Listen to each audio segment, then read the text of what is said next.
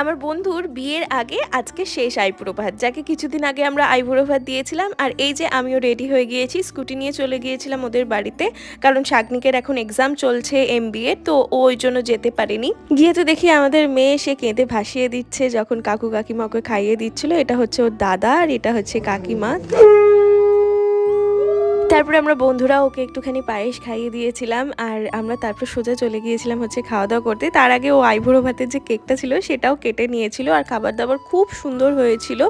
খাওয়া দাওয়া করার পর আমরা সোজা নিচে নেমে এসে জমিয়ে গল্প শুরু করেছিলাম। এগুলো সব আমার স্কুল ফ্রেন্ড। এত এত আমরা গল্প করেছি, এত মজা করেছি যে আমি ভিডিও করতে আর রীতিমতো ভুলেও গিয়েছিলাম। তারপরে সুনন্দর কয়েকটা আমরা ছবিও তুলে দিচ্ছিলাম, ওকে খুব মিষ্টি লাগছিল দেখতে। কয়েকটা রিলসও আমরা বানিয়ে নিয়েছি। যাই বলো, স্কুল বেলার বন্ধুত্ব কিন্তু আলাদাই সুন্দর হয়। এখানে আমি ওর কয়েকটা ভিডিও করে দিয়েছি ওর আউটফিট লুকের।